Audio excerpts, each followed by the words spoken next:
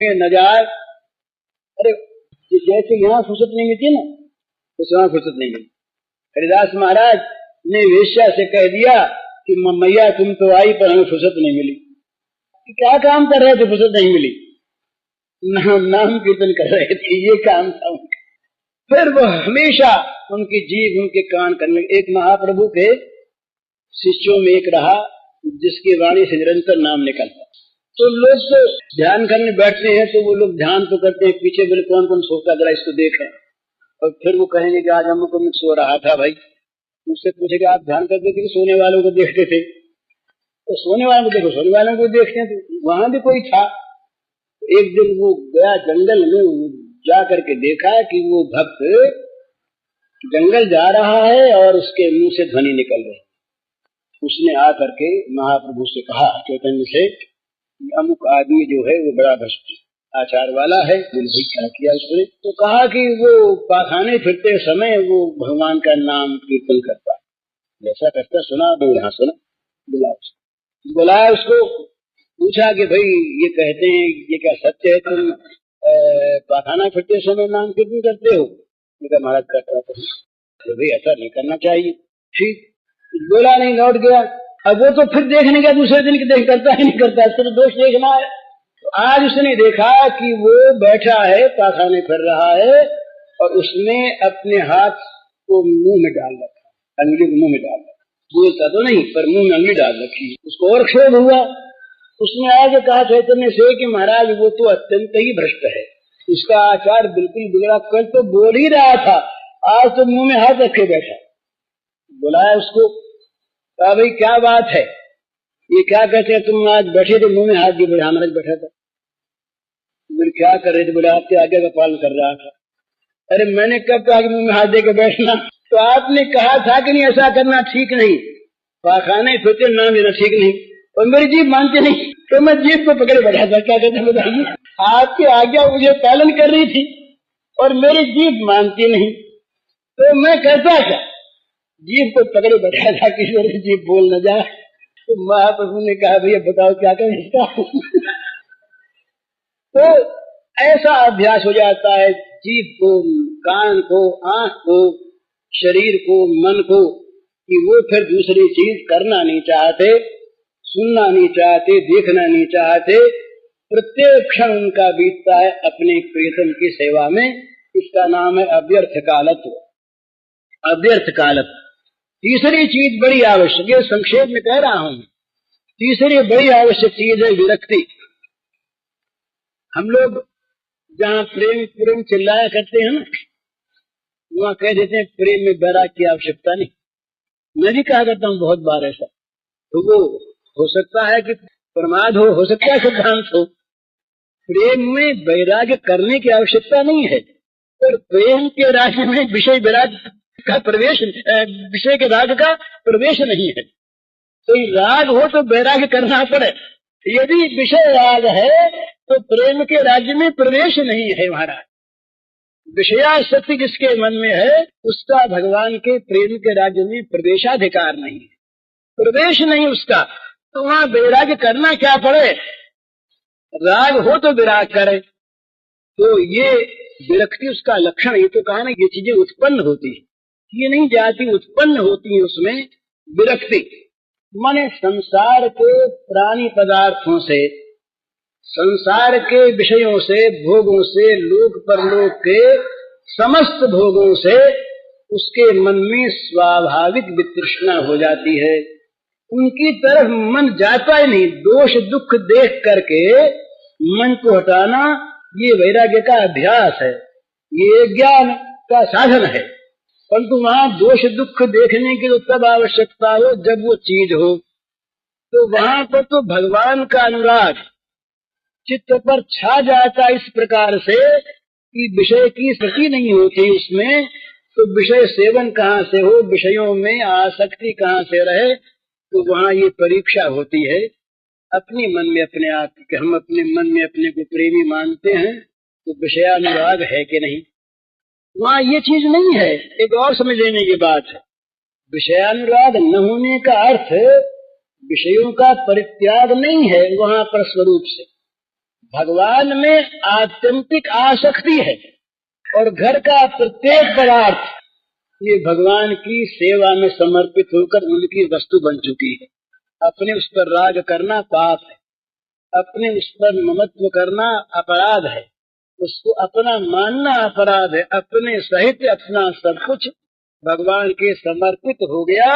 अब भगवान की वस्तु के संभाल भले ही करें। वो श्री यशोदा मैया के लिए एक बार ऐसी बात उठी, अब रात दिन घर के काम में रहने लगी। जब श्री कृष्ण नहीं हुए थे तब तो सत्यनारायण की कथा भी कहाती और पंडितों को बुलाती, उनसे सुनती सुनाती और घर में मन नहीं लगता उसका। अब तो दिन रात घर का काम करने लगी। तो पड़ोसी पड़ोसनी इकट्ठी हुई एक दिन, बोली मैया तेरे तो ये कन्हैया क्या हुआ, तू तो घर में आसक्त हो गई, रात दिन घड़ी का काम तुझे सूझने लगा, कितना तेरे में त्याग वैराग्य था और कैसे तू भगवान की पूजा करती थी। तो उसने कहा, यशोदा मैया ने, कि भगवान की जो पूजा करती हूँ मैं, ये नारायण ने ही तो कन्हैया दिया है मुझको, और नारायण ने मुझसे कह दिया है, नारायण की उपासिका थी, ये कन्हैया मेरे समान है, तो इस कन्हैया की सेवा किया करो। तो मैं घर संभालती क्या मेरे लिए संभालते हैं? अरे गायों को न संभालूं और अच्छा दूध न दुआ जाए, कन्हैया को न मिले तो उसको दुख होगा। तो घर को संभालना सारा का सारा ये कन्हैया के लिए है, अपने लिए नहीं। तो मैया घर संभालने लगी, घर में आसक्ति मैया की दिखने लगी, पर वो घर में आसक्ति नहीं, वो आसक्ति है कन्हैया।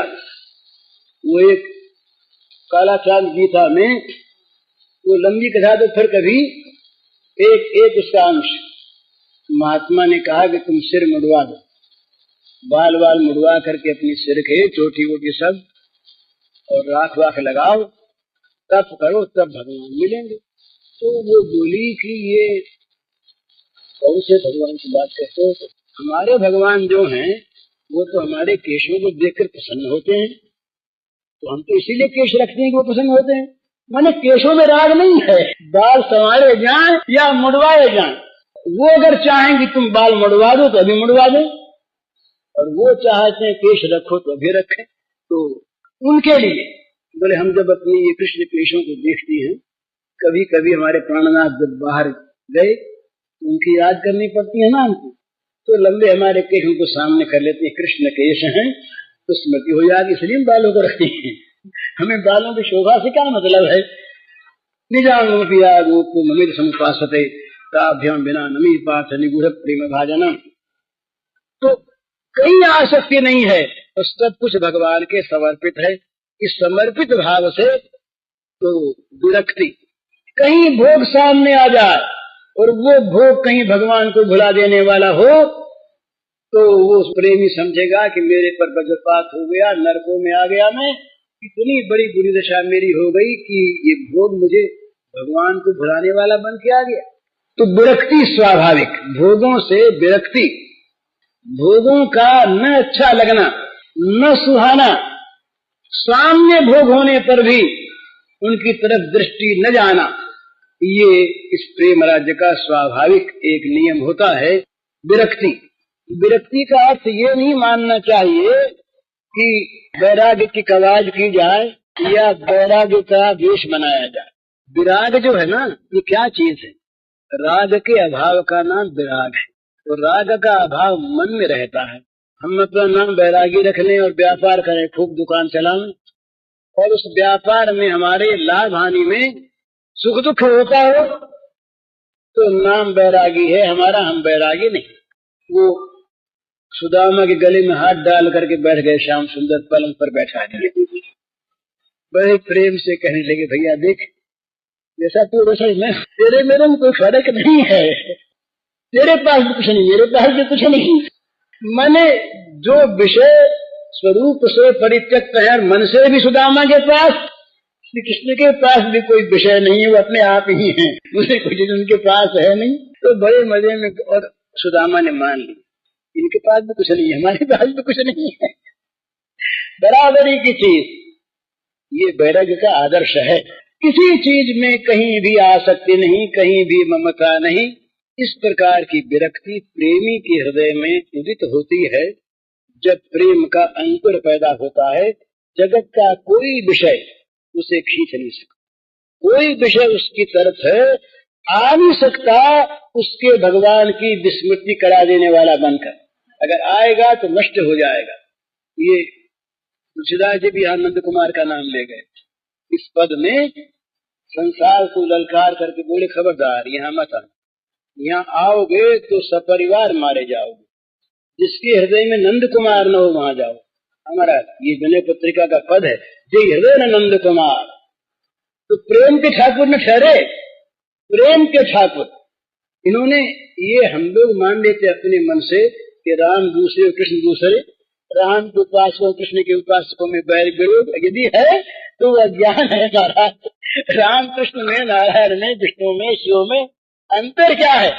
वो तो एक ही चीज है। इसलिए इन्होंने कृष्ण गीतावली लिखी, अपने यहाँ से प्रकाशित हुई है तुलसीदास की कृष्ण गीता में। थोड़े से ही पद उसमें है, शायद 51 या 56 है, लेकिन ऐसे बढ़िया है कि मानो सूरदास के बड़े भाई बोल रहे हैं।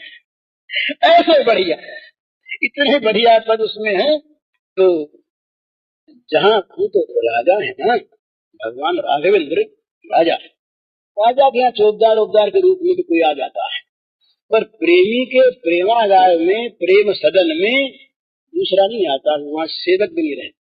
तो कहते तुलसीदास कि तुम वहां जाओ, संसार तुम वहां जाओ, ललकारते हैं। जिसके हृदय में नंद कुमार न हो वहां जाओ, यहाँ आए तो सपरिवार मारे जाओगे, ललकार के कहता है। तो कोई भोग भोगा सकती, जहाँ प्रेम का उदय हो गया वहां आ नहीं सकती सामने। विरक्ति, विरक्ति वहां पर स्वाभाविक होती है, सहज होती है। विरक्ति को लाना नहीं पड़ता। ये मान लेना चाहिए कि जहाँ भगवान की अनुरक्ति है वहाँ विषय विरक्ति है ही। विषय विरक्ति सहित भगवान की अनुरक्ति नहीं रहती। विषय राग सहित भगवान का राग नहीं रहता। जहाँ भगवान का राग है वहाँ सारे राग, वो भगवान का राग जब खा लेता है तब आगे बैठता है। वो सर्वभक्षी है, सर्व राग भक्षी भगवान का राग है। सारे रागों को खा चुकने वाला, जिस किसी को विषयों में राग भी रखना हो और भगवान में राग भी चाहता हो, उसको चाहिए कि वो भी दूर हट जाए कुछ दिनों तक। जब तक विषय राग रहे तब तक उस राग में रंगा रहे। भगवान के राग में वो राग रहेगा नहीं। राग क्या नहीं रहेगा? विषय नहीं रहेंगे। वो तो एकमात्र भगवान ही रहेंगे, विषय ये है। विषयों की सत्ता मिट जाएगी, जगत की सत्ता मिट जाएगी, रहेंगे दो, तीसरा कोई रहेगा नहीं। तीसरे की सत्ता नहीं, वो दो ही कभी एक बने रहेंगे, कभी दो हो जाएंगे। दो ही कभी एक बने, कभी दो हो जाएंगे। तो ये है विरक्ति। विरक्ति में दूसरे का, तीसरे का एक को छोड़ करके अभाव है, उसकी कहीं पर भी सत्ता नहीं। जहाँ दूसरे की सत्ता है ये बहुत समझने की बात है। भगवान के प्रेम में दूसरा कोई प्रेमास्पद जरा से काल के लिए, जरा से रूप में भी नहीं आ सकता। नहीं तो भगवत प्रेम में कहीं न कहीं उसमें काम है। ये काम जो है बड़ा छिपा रहता है। भला ये दिखता है काम नहीं, दिखता है काम नहीं, पर होता है काम। वो दूसरे की सत्ता को स्थापित करके प्रेमास्पद से क्षण भर के लिए भी मन को हटा देता है। तो ये बड़ी बुरी चीज। तो अब ये 10 मिनट रह गए हैं, एक पद सुना देता हूँ मैं आपको। बच रहे थे दो, नहीं जग भान था, जगत ही नहीं। बच रहे थे दो, नहीं जग भान था, लोक सत्ता का मिटा सब ज्ञान। नहीं कुछ कर्तव्य मन में शेष था, नहीं तिल भर जगत स्मृति का शेष था। जगत की स्मृति भी नहीं रहनी चाहिए। मिट गया सब भोग का अस्तित्व था, कर्म था न कहीं तनिक कर्तृत्व था, न कर्म न कर्ता पर। मिट गया सब भोग का अस्तित्व था, कर्म था न कहीं तनिक कर्तृत्व था। मैं तो था, मेरे हृदय धन श्याम थे, खेलते रहते सदा अविराम थे। थी नहीं मन में कहीं कुछ वासना, थी नहीं कुछ भी किसी की त्रासना। अखिल प्राणी पदार्थ थे मन से हटे, सभी ममता राग के बंधन कटे। श्याम शेषी मैं उन्हीं की शेष थी, एक यह प्यारी अहंता शेष थी। अहंता से श्याम शेषी मैं उन्हीं की शेष थी, एक यह प्यारी अहंता शेष थी। एक प्रिय है, प्रिया उनकी एक मैं, एक वे बस दूसरी हूँ एक मैं। एक ही एक, नहीं दो से भिन्न कुछ भी था कहीं, सब सिमट मिटकर समाया था यहीं। चल रही दो में सदा रंगरेलियां, हो रही थी सुखमयी रस केलियां। था नहीं व्यवधान कोई भी कहीं, एक ही दो बने लीला रत वही। एक ही दो बने, फिर दो मिटे, फिर एक ही बस हो गए, भेद सारे सब तरह के खो गए। मैं समाई श्याम में हो श्याम ही, प्रिया बल मुझ में समाये श्याम भी। कौन जाने श्याम है या राधिका, नहीं अब आराध्य है आराधिका। प्रेमाद्वै मैं समाई श्याम में हो श्याम ही, प्रिया बन मुझ में समाये श्याम भी। कौन जाने श्याम है या राधिका, नहीं अब आराध्य है आराधिका। सब तरह घुल मिल हुए बस एक हैं, इंद्रियां मन चित्त मति न अनेक हैं। ये भी सब एक हो गए, एक थे पहले अभी भी एक हैं, यही दोनों की मधुमयी टेक है। इस तरह से जब एकत्व का संपादन हो जाता है, ये जहाँ शुरुआत होती है वहाँ विषयासक्ति रहती नहीं। ये भैया विषयासक्ति वहाँ रहती नहीं। जहाँ विषयासक्ति रहेगी ये ध्यान रख लेना चाहिए, वहाँ भगवान का अनुराग उत्पन्न नहीं हुआ। और यदि हुआ कहीं तो उसमें बड़ी बाधा हमने डाल रखी विषयासक्ति की।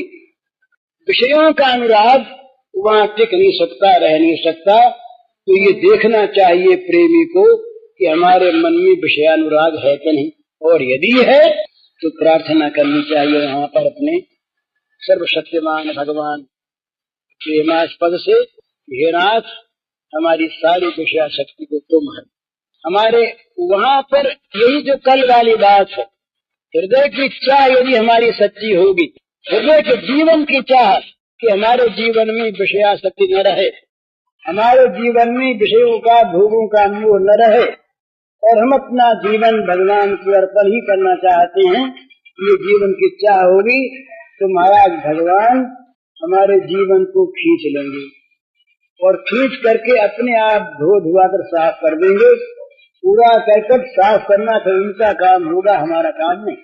हमारे जीवन की चाह होनी चाहिए सच्ची कि हम उनके प्रति अपने को समर्पित कर देना चाहते हैं बिना शर्त, और दूसरी किसी वस्तु में हम ममता राग नहीं रखना चाहते। वहाँ भगवान देखते हैं कहीं कहीं पर भाई ये चाहता है कि मिटती तो नहीं बात है, नहीं अभी वो आसक्ति है, तो उसकी चाह है कि नहीं। तो कई ममता की चीज को थोड़ा सा छीनते हैं, कई ममता की चीज को छीनते हैं, और कई सांसारिक सुख जो उसके अनुकूल है उसमें प्रतिकूलता पैदा करते हैं। वहाँ पर वो प्रसन्न होता है या नाराज, उसके मन में क्षोभ होता है या भगवान के विधान पर मंगलमय प्रभु की सुखमयता पर विश्वास करके शांति। ये संसार में जो कुछ भी होता है ये एक बात पे ध्यान रखने की होना ही है अवश्य, इसको बदलने की चेष्टा न करे, कोई लाभ नहीं। अगर बदल भी दिया गया किसी अनुष्ठान इत्यादि से तो रहने वाला नहीं, अनित्य। दूसरी बात ये समझे, इससे ऊंची बहुत ऊंची कि भगवान का मंगल विधान है, ये हमारे मंगल के लिए हो रहा है। और इससे भी ऊंची बात ये प्रेमास्पद का सुख है, प्रेमास्पद का सुख है। इसको देखकर, इसको बनाकर वो सुखी हैं, उनका सुख ही हमारा परम सुख। इसलिए उसमें क्षोभ तो होता ही नहीं, अशांति तो होती ही नहीं, बदलना तो वो चाहता ही नहीं, उसको पकड़े रहना चाहता है कि प्रेमास्पद के सुख की चीज, इसलिए ये बनी रहे, मुबारक रहे हमेशा। ये बड़े स्वागत की चीज, वो स्वागत करता है उसका। तो वो एक परीक्षा सी होती है वहां पर, ममता की चीज जरा सी हर ले, वहां उसको प्रसन्नता। वो कठिन चीज है महाराज, कहना बड़ा कठिन। मैं तो केवल कहता हूँ, मुझे होती है बात की नहीं है। नरसिंह जी महाराज रहे, नरसिंह जी नरसिंह जी के जवान लड़का बड़ा भजन करने वाला, अनुकूल जवान बेटा मर गया। मरना चाहते नहीं थे, किसी का मरना चाहना ये तो द्वेष है, ये पाप है किसी का भी। लेकिन मरने के बाद भगवान का सुख यदि देखे वो अलग चीज। लड़का मर गया जवान, इनको पता लगा लड़का मर गया तो हंसने लगे, ना बोले भलू थयू भांगी जंजाल सुखे भजीशु श्री गोपाल। ये गुजराती पद है, भलू थयू भांगी जंजाल सुखे भजीशु श्री गोपाल। बड़ा अच्छा हुआ, इस जंजाल ही कट गया। भलू थयू भांगी जंजाल सुखे भजीशु श्री गोपाल। अब तो सुख से भगवान का भजन करेंगे, आनंद हो गया। अब तो जंजाल था, कभी कभी चिंता हो जाती थी ना, चलो बड़ा अच्छा हो गया। अब बेटे के आने जाने में जो कुछ होता है होता ही, आने जाने वाला आ जाएगा ही, और मरना रोक भी नहीं सकते हम, और रुक करके सुख हो जाएगा ये भी कोई ठीक नहीं। मरने के बाद रोवे तो रोता रहो, रोने के सुख हाथ लगेगा नहीं, वो बच्चा तो आएगा नहीं वापस। और भगवान के प्रेम को उसमें देखा, भजन की सुविधा देखी तो सुख भी हो गया और भगवान भी मिल गए। तो इस प्रकार से कभी कभी भगवान ये चाहता है कि नहीं जीवन से केवल हमको, वो चाहते हो भगवान कैसे भी हमको चाहते हो तो जगत के सुखों से वंचित रहना पड़ेगा। हमारा सुख मिलेगा जहाँ राम तहाँ काम नहीं, जहाँ काम नहीं राम। तुलसी कबहू न रह सके रवि रजनी एक ठाम। सूर्य और अंधकार की मई रात्रि एक स्थान पर एक साथ नहीं रह सकती। इसलिए अगर हमें चाहते हो तो भैया तैयार हो जा, हम तुम्हारे घर को जलाएंगे। कलीता लेके आते हैं जलाने के लिए, हो तैयार? जरा महाराज ठहर जाओ, हाँ ठहर जाओ, कोई आपत्ति नहीं, ठहर के आएंगे। तुम जब कहोगे तब, जब चाहोगे तब, पर जब आओगे तब सबकी खाक पर तुम्हें नाचना पड़ेगा। सबको जला उला करके उसके भस्मावशेष पर तुम अगर नाचने के लिए प्रस्तुत हो तो आ जाओ, और नहीं तो भैया थोड़े से दूर रहो। प्रेम पंथ पावकनी ज्वाला भाड़ी पाछा भागे जो ने, मान पड़ा ते महारस माने देखना राधे जो ने। सुंदर भाव है कि प्रेम की जो ये प्रेम का पंथ है, ये आग की लपट है, दूर से देख करके लोग भाग जाते, जल जाना पड़ेगा। तो जो अंदर इसके कूद पड़ते हैं वे तो महान शांति रस का अनुभव करते हैं, और जो बाहर देखते हुए जलते रहते, देखने वाले जलते हैं और इस आग में कूद पड़ने वाले शांति का अनुभव करते हैं, उन्हें रस आता है। तो है तो ऐसा ही, पर वो विरक्ति का उदय मन में न होने से, विषयानुराग रहने से हमारा मन विषयों की ओर दौड़ता है। तो ये तो अपने हाथ की बात नहीं, मान लीजिए दौड़ता है, पर चाह हमारे हाथ की बात है। हम यदि चाह करें उसके बाद अगर रहें तो या तो ये मानना चाहिए कि ये उनके रखे रहते हैं, रहे बेचारे, पर हमको वश में नहीं कर सकेंगे। हमारे पर यदि इन्होंने आक्रमण किया तब तो ये मारे जाएंगे, क्योंकि हमको उनके रक्षा में। और वो यदि इन्हें रखते हैं कि भाई कुछ दिन इनको रखो फिर खाली कर देंगे ये मकान, तो उनसे दबे रहेंगे ना, उनसे मरे रहेंगे। पर असल में वो मरे भी रहते नहीं, क्योंकि जहाँ प्रकाश है वहाँ अंधकार रहता नहीं। तो विषय विरक्ति। चौथी चीज है मान शून्यता।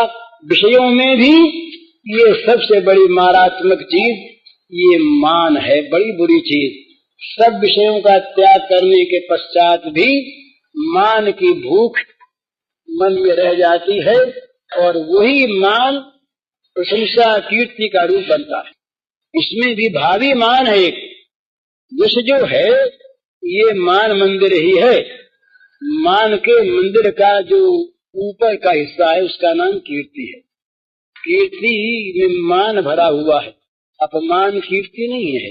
तो मान जो है कीर्ति के साथ रहता है। तो मान शून्यता होनी चाहिए उस प्रेम के अंकुर पैदा हुए हृदय में। अगर मान की भूख है तो भगवान की भूख नहीं। इसका बड़ा सुंदर उपदेश किया चैतन्य ने। अपने को कितना मान शून्य कर दे, कर्णाटक सुनिए चेन करो बसो हिष्णुना अमानिना मान देना। जितनी सदा हरि ही, अपने को राह में पड़े हुए एक तिनके से भी छोटा समझे, तुलना अपी तिनके से भी छोटा समझे, वृक्ष के समान सहनशील हो, जलाने वाले, काटने वाले, मारने वाले का वृक्ष उपकार करता है। अमानी हो मान दे, सबका मानद हो, तो ये मान शून्यता आनी चाहिए। तो मान शून्यता का और वर्णन शाम को यदि हो सकेगा तो होगा। हरि ओम।